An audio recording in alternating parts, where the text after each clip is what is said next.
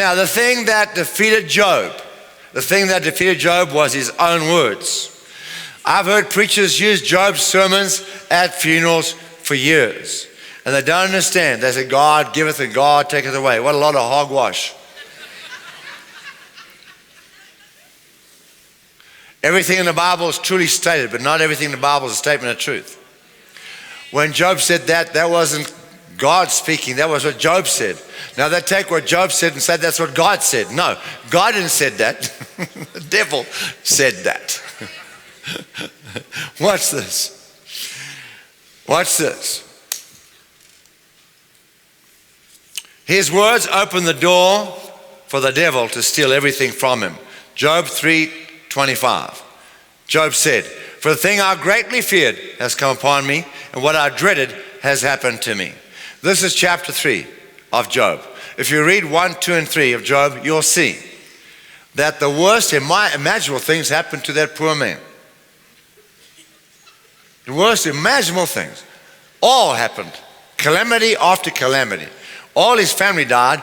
All his children died. All his animals, his oxen, his sheep, whatever he had, goats, whatever, all died. All his servants died. His houses blew down. Only he and his wife survived and nothing left over.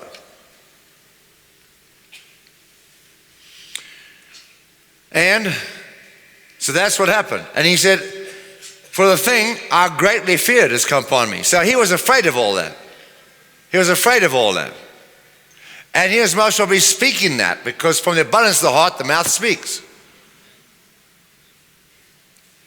Right? Now, after all that's happened, you would imagine Job would say, enough. I declare from now on, I'm going to walk in blessing. No, he didn't say that. He should have. Job 3:26, and this is what he said. I have no rest, for trouble comes. I'm confessing more troubles on the way. As if that wasn't bad enough. No, give me more.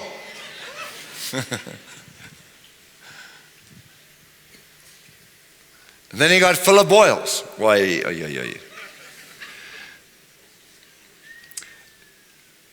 Job believed what he said, and his faith brought that to him. All right, let's say what Job said. Say this, I have no rest, for trouble comes. Confess that. It's in the Bible. If we confess in the Bible. I'm so glad you're smart enough. Now, you know, some minister is that dumb that he'll go and read all that stuff at a funeral. And believe it nogal.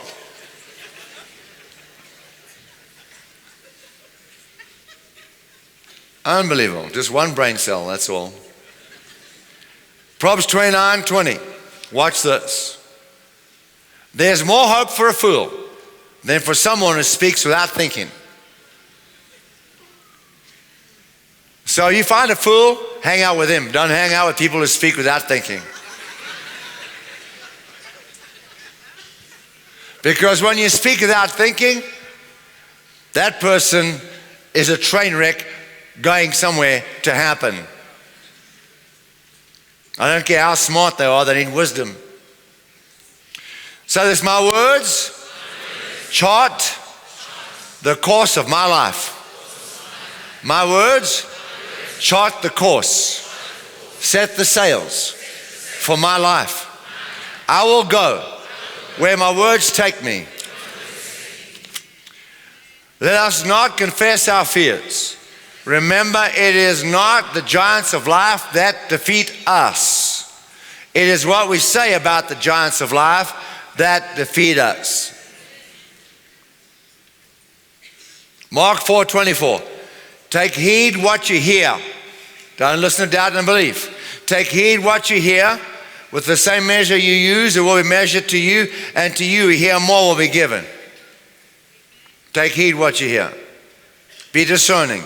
Don't open your heart and mind to doubt and unbelief. Do not expose yourself to that. Do not expose yourself to worldliness, worldly ways. It will steal your faith and rob you of God's prosperity.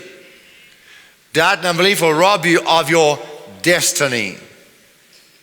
Just like the children of Israel came to the promised land of Canaan, their inheritance, 3 million of them standing at the border after coming out of Egypt for 430 years. And 12 spies came back from spying out the land. 3 million are waiting with their mouths open. What is it like? And Joshua and Caleb said, we can go in there and take these giants out, let's go. 10 spies said, we can't take these giants. They're too big for us. Well, they just saw God part the Red Sea. They just saw God wipe out Egypt with plagues. They just saw God drown the entire Egyptian army and their horses. God did all that. But now God can't take the giants. So that doubt, we can't go in, the giants are there. The 3 million people did not believe Joshua and Caleb, they believed the giants. They believed Joshua and Caleb. They believed the 10 spies, doubters. That doubt, those words of doubt, we can't take it, we can't do it. Those words of doubt caused 3 million people to go back in the desert and die and miss their destiny, except their children came later with Joshua and Caleb and they took it. But millions of people died in the desert, did not go into their inheritance because of doubt and unbelief, spoken by somebody else that they listen to. Do not listen to doubters. Do not hang out with doubters. Hang out with Joshua and Caleb. Hang out with people like Joshua and Caleb. Hang out with people in this church. Faith people.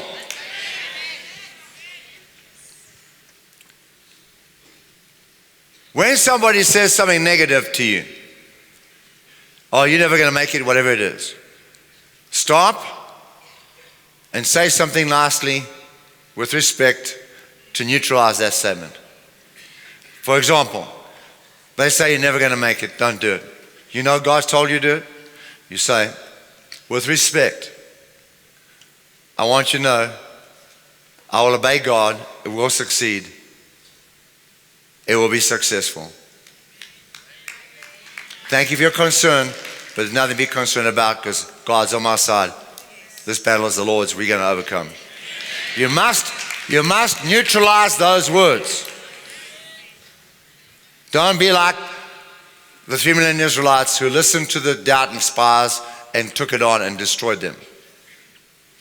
Luke 8:18. Therefore take heed how you hear, for whoever has more will be given, to whoever does not have, even what he seems to have will be taken away. So in Mark 4:24 it said take heed what you hear. In Luke 8:11 it says, in Luke 8:18 it says take heed how you hear. So once you know what you should be listening to, then pay attention. Like now, this is what you should be listening to, what you're hearing now. So pay attention to that. Take heed how you hear. This message you're hearing will program your mind and your heart for prosperity and success. It will cause you to walk in God's zone. What you keep, say this, what I keep and what I lose depends on how I hear and what I hear. I must hear the seed, the word. Say it again, what we keep and what we lose is dependent on how I hear and what I hear. Proverbs 4:23, above all else, guard your heart, for it is the wellspring of life. You want to make sure you put only good word in your heart. Don't expose it to fear and unbelief. Guard your heart because your heart produces the good things of your life. Because this is the believing center right here. If you believe with the heart, you'll have what you say. Don't mess it up. Don't muddy your heart. Amen. Thank you for watching Dr. Theo's YouTube channel. We will continue to offer encouraging and life-changing highlights from Dr. Theo's past, present, and future series and messages. Please take the time to like and share the videos. And most importantly, don't forget to subscribe to the channel.